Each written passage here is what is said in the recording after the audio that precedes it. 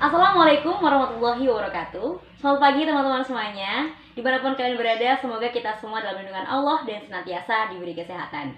Nah, pada kesempatan kali ini saya, Diah Ayu Muayyada, akan membahas tentang gaya kepemimpinan. Namun sebelumnya, alangkah lebih baiknya kita untuk mengetahui terlebih dahulu apa itu kepemimpinan. Menurut pendapat dari beberapa ahli, dapat diambil kesimpulan bahwa kepemimpinan adalah kemampuan individu yang menggunakan kekuasaan melalui proses memengaruhi, memotivasi, mendukung usaha yang memungkinkan orang lain memberikan kontribusi terhadap tujuan organisasi. Salah satu tokoh di manajemen era modern tahun 1940 sampai sekarang yaitu adalah Peter Drucker, dan dalam teorinya tentang kepemimpinan dikatakan bahwasannya kepemimpinan merupakan faktor penggerak organisasi utama melalui penanganan.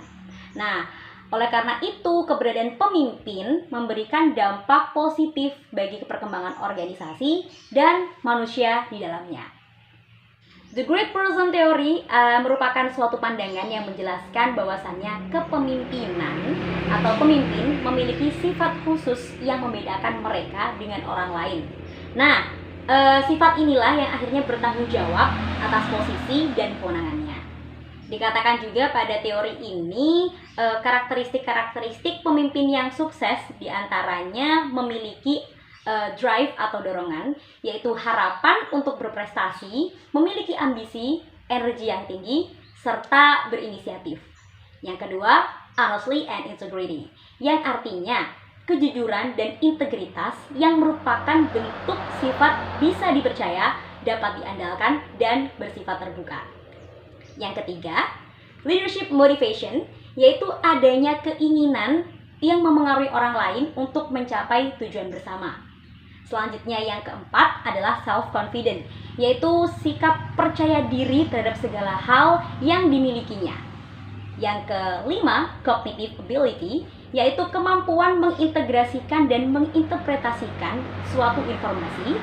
Yang ketujuh, creativity, yaitu ide-ide yang kreatif serta orisinil. Dan yang kedelapan, flexibility, yang artinya kemampuan menyesuaikan antara kebutuhan pengikut dan situasi.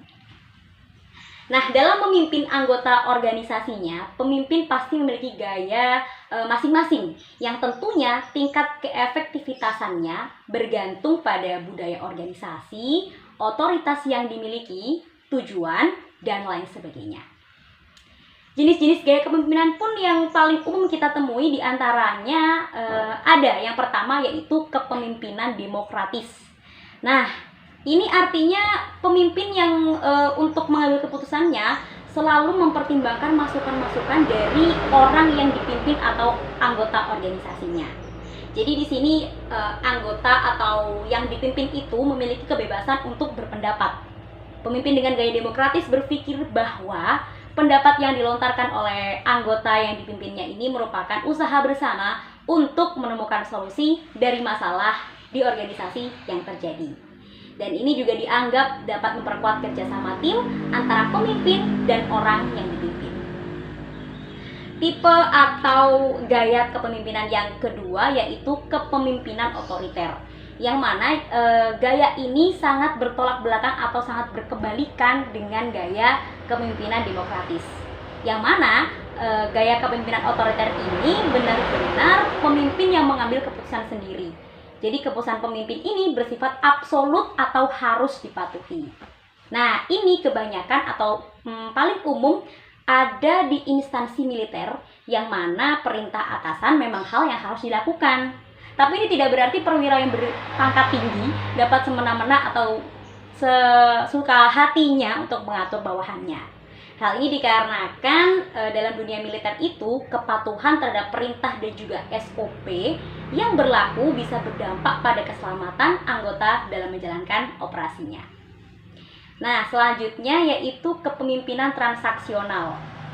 Yaitu pemimpin dengan tipe ini akan memberikan reward atau penghargaan jika tim yang dipimpinnya berhasil mengerjakan pekerjaan dengan kualitas yang memuaskan sesuai target serta arahan.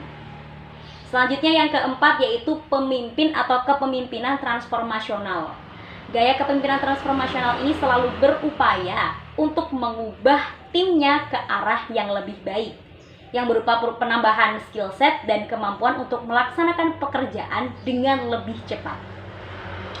Nah, jadi yang awalnya si pemimpin tadi memberikan tugas awal dengan deadline waktu yang cukup atau sangat longgar. Nah, nanti ketika dirasa pekerjaan itu sukses atau pekerjaan itu berhasil, maka si pemimpin untuk proyek kedepannya akan memberikan deadline yang lebih sedikit waktunya seperti itu. Yang selanjutnya yaitu kepemimpinan birokrasi. Nah, satu kata untuk kepemimpinan ini adalah aturan. Ya, pemimpin dengan gaya ini selalu mengacu pada SOP dan ketentuan yang berlaku. Nah, biasanya kepemimpinan ini ada di perusahaan dengan budaya yang tradisional, yang sikap seperti senioritas seperti itu masih sangat terasa ya, bahkan menjadi praktik yang umum di sana. Dan kepemimpinan birokrasi tidak terlalu suka dengan perubahan secara out of the box. Jadi selalu taat pada SOP dan ketentuan yang berlaku. Sedikit bersifat kaku ya, seperti itu. Yang keenam yaitu gaya kepemimpinan visioner. Yaitu gaya kepemimpinan yang berorientasi pada visi yang mana pemimpinnya inspirasional dan menggugah. Pemimpin visioner memiliki komitmen yang kuat terhadap visi yang diembannya, menghormati hubungan baik yang diwujudkan dengan bentuk kepedulian dengan orang lain, dan menganggap semua anggota organisasi adalah aset penting dalam suatu organisasi. Selain itu, pemimpin visioner juga inovatif dan proaktif, yang mana dalam berpikir, pemimpin visioner ini sangat kreatif dan mengubah paradigma konvensional menjadi paradigma baru, serta selalu mengamati dan peka terhadap isu-isu terbaru tentang organisasi atau instansinya. Nah, teman-teman semuanya, Bapak manajemen modern yaitu Peter Drucker merupakan orang yang sangat menganut great person theory dan juga kepemimpinan visioner. Drucker adalah seorang pemimpin yang memiliki kekuatan dan kemampuan dalam mempengaruhi orang lain. Ia juga memiliki kekuatan yang berasal dari pikiran, pengalaman, serta penilaian yang sangat akurat dalam memprediksi hal-hal yang akan terjadi, seperti keberhasilan ataupun kegagalan suatu bisnis, seperti itu. Yang mana pemikiran tersebut bahkan sampai sekarang masih menjadi referensi dalam praktek bisnis dan manajemen saat ini. Nah, itu tadi beberapa macam gaya yang sering kita jumpai di kehidupan sehari-hari kita, yang pada intinya apapun gaya kepemimpinan seseorang harus disesuaikan dengan tingkat keefektivitasan kinerja, juga bergantung pada budaya organisasi, otoritas yang dimiliki, serta tujuan. Dan teman-teman, itu tadi materi yang dapat saya sampaikan tentang gaya kepemimpinan. Kurang lebihnya mohon maaf, semoga bermanfaat. Dan saya Dia Ayu Moyadah pamit undur diri. Wassalamualaikum warahmatullahi wabarakatuh.